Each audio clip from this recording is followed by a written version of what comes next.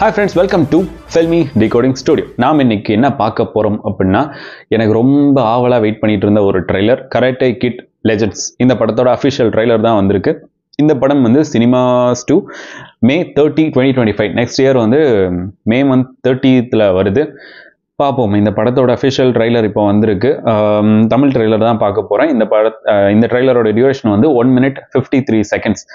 எதுக்கு இவ்வளோ வெயிட்டிங் அப்படின்னா, கராத்தே கிட் நான் வந்து சின்ன வயசில் இருக்கும்போது நான் பார்த்து வளர்ந்த படம்.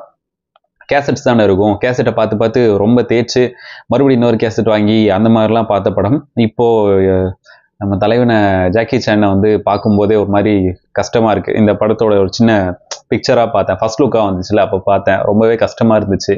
தலைவன் அதில் எப்படி இருந்தார். சரி, எல்லாத்துக்கும் வயசாகும்ல, இருந்தாலும் அதை அக்செப்ட் பண்ணிக்க முடியலை. ஓகே, இதில் வந்து பெருசாக எதுவும் கிரெடிட்ஸ் போட மாட்டாங்க. போடலை. ஓகே, பார்க்கலாம். 3, 2, 1 கோ. ஒரு மாதிரி மன கஷ்டமாக தான் பார்க்குறேன். பார்ப்போம். வரலாற்றில் நம்ம பாரம்பரியங்கள் வேரூன்றி இருக்க.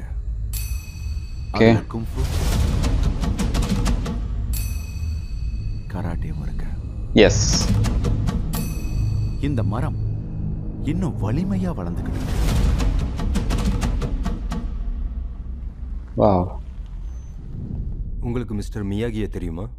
நான் சென்சே மியாகியை தேடி வரல, நான் உங்களை பார்க்க தான் இங்க வந்திருக்கேன். இது யாரு? Next year. இந்த மியூசிக் ஒரு மாதிரி உள்ள இறங்குது இல்ல? நம்ம எல்லார்கிட்டையும் ஒரே ஒரு கேள்விதான் இருக்கு. சண்டை போடுற அளவுக்கு இது அவ்வளவு முக்கியமா? லீ சென்சே மியாகி வாவ், விருப்பப்பட்ட மாதிரி. ஓ, இப்போ அவரு தான் கோச்சா? When families unite. ஓ, 3 பேருமா?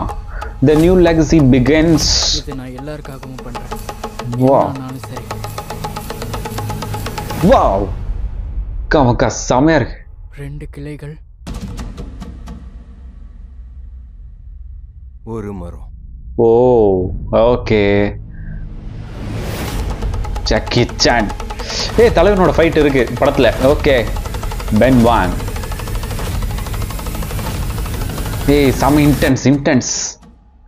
Karate kid Tamil, sorry, legends. Okay, விரைவில் தமிழில் எஸ், அபிமான திரையரங்குகளில். இது இருக்கும்னு நினைச்சேன், ஆனா கடைசியா வைப்பாங்கன்னு நினைக்கல. கராத்தே கிட் தமிழில். ஓகே, ஃபஸ்ட்டு சொல்கிறதுக்கு வந்து ஜாக்கி சான் சார், அவர் இப்போ பார்க்குறதுக்கு கஷ்டமாக இருக்குது.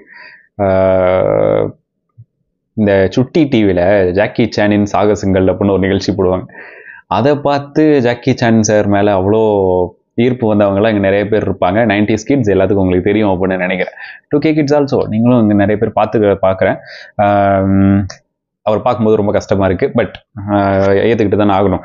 இந்த படத்தோட ட்ரெய்லர்னு பார்க்கும்போது அதிகமாக எதுவும் பெருசாக எதுவும் சொல்லலை அப்படின்றது மட்டும் தெரியுது.